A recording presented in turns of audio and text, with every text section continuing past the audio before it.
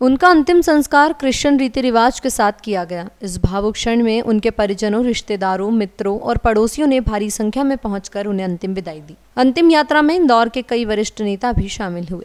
सभी ने इस विभत्स आतंकी हमले की कड़ी निंदा की। दोनों नेताओं ने आतंकवादियों के खिलाफ कठोर कार्रवाई की मांग करते हुए कहा कि जो देश आतंकवाद को पनाह दे रहे हैं, उनके खिलाफ भी सख्त निर्णय लेने की आवश्यकता है। किसी भी प्रकार का प्रहार भारत का नागरिक सहन नहीं करेगा।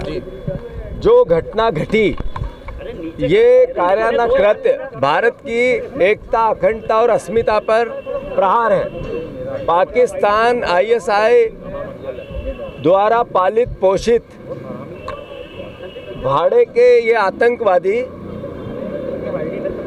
तो एक हत्यारे ही हैं, पर इसके पीछे की सोच उससे बड़ा क्राइम है और वो निकलती है पाकिस्तान से, वो ISI से निकलती है। भारत की सरकार के, भारत की सेना के पूरे देश साथ खड़ा है। कांग्रेस पार्टी बार बार ये कह रही है कि ऐसे तत्वों का सर कुचल दो कि भारत की ओर कोई आंख उठा के देख नहीं सके, हमारी भारत माता के मस्तिष्क तरफ कोई आंख उठा के देख नहीं सके। जहाँ तक प्रश्न है परिवार के, पीड़ित परिवार के सहयोग और सहायता की, सरकार हमारी है, देश की है। मैं समझता हूं कि ये मांग का विषय नहीं है, अपने आप समझ का विषय है, करेंगे। जहाँ तक प्रश्न है ये वही नफरती लोग हैं जो भारत की एकता और अखंडता पे प्रहार मारना चाहते हैं। भारत की प्राचीन इतिहास है, प्राचीन सभ्यता है, प्राचीन एक ऐसा इतिहास है जिसमें प्रेम, प्यार और मोहब्बत है। ये ऐसे कितने भी षड्यंत्र रचे जाए अंतर्राष्ट्रीय स्तर पर, भारत एक था, है और रहेगा। ये बहुत दुखद घटना है। पूरा प्रदेश, पूरा राष्ट्र इस घटना से हिल गया है। 28 में से एक मध्य प्रदेश का सभी सुनील भी है। पूरा देश इस संकट में इनके साथ है। इस पीड़ा को, इस भावना को, अपनी भावनाओं को सम्मिलित करता है। इस दुख की घड़ी में पूरा देश ये दुख अपना मानता है। हर जनमानस को इस घटना की पीड़ा है और देश की सरकार कड़ी कार्रवाई कर रही है और कड़ी कार्रवाई करने जा रही है।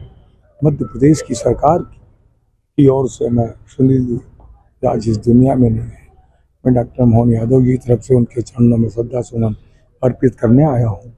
और इस संकट की घड़ी में मध्य प्रदेश की सरकार पूरे उनके साथ खड़ी है। जो भी वो भावना व्यक्त करेंगे हम उनको पूरा करने की कोशिश करेंगे। भैया, कांग्रेस इस पर पूरे घटनाक्रम पर बयानबाजी कर रही है। ये घटनाक्रम में बयान करने का समय नहीं है, एकजुट होने का समय है। ये उनकी छोटी मानसिकता का प्रतीक है। इनको, कांग्रेस को पूरे देश से माफी मांगना है। कायराना हरकत है और उनकी इस हरकत का जवाब देने में हमारे देश की सरकार और सेना सक्षम है। और देश के यशस्वी प्रधानमंत्री माननीय नरेंद्र मोदी जी और देश के गृह मंत्री माननीय अमित शाह जी और रक्षा मंत्री माननीय राजनाथ सिंह जी के नेतृत्व में कल जो बैठक हुई है और उसमें जिस प्रकार के निर्णय हुए हैं, उससे इस बात का स्पष्ट संकेत होता है कि इस बार सरकार आतंकवादियों से और आतंकवादियों की मदद करने वालों से आर पार की लड़ाई के मोड़ में दिखलाई पड़ रही है। मैं समस्त देशवासियों से आग्रह करूंगा कि हम देश में शांति बनाए रखें और इन आतंकवादियों को इनके सही स्थान पर पहुंचाने के लिए इस देश की सरकार और हम सब भारतवासी कटिबद्ध हैं। इस दौरान मृतक सुशील नथानियल के बेटे ऑस्टिन गोल्डी ने घाटी में घटित भयावह घटना का आंखों देखा हाल साझा किया। उन्होंने बताया कि आतंकी एक ही घाटी में आ गए थे और लोगों से धर्म पूछकर उन्हें गोली मार दी गई। मेरी आंखों के सामने ही मेरे पिता सहित 6 लोगों को बेरहमी से मार दिया गया। ऐसा मंजर मैंने कभी नहीं देखा और इसे मैं कभी भूल नहीं पाऊंगा। ऑस्टिन ने केंद्र सरकार से इस बर्बर कृत्य के दोषियों के खिलाफ सख्त कार्रवाई की मांग की है और कहा कि इस तरह की घटनाएं देश की आंतरिक सुरक्षा के लिए गहरी चिंता का विषय है। साथ ही उन्होंने बताया कि उनके पिता ने अपनी जान की परवाह न करते हुए सबसे पहले अपने परिवार को सुरक्षित किया। उसने बोला हाँ तो कलमा पढ़ के बताओ, और अगर कलमा भी पढ़ दी उसके बाद उसने बोला कि अपने नीचे के कपड़े खोल के बताओ, और उनने बोला कि खातून नहीं है तुम्हारा, तो सीधे गोली मार दी। वो 15-15 साल के बच्चे हैं वो। कम से कम 4 लोग थे। वो सेल्फी ले रहे थे, अपने सर पर कैमरा लगा के आए थे।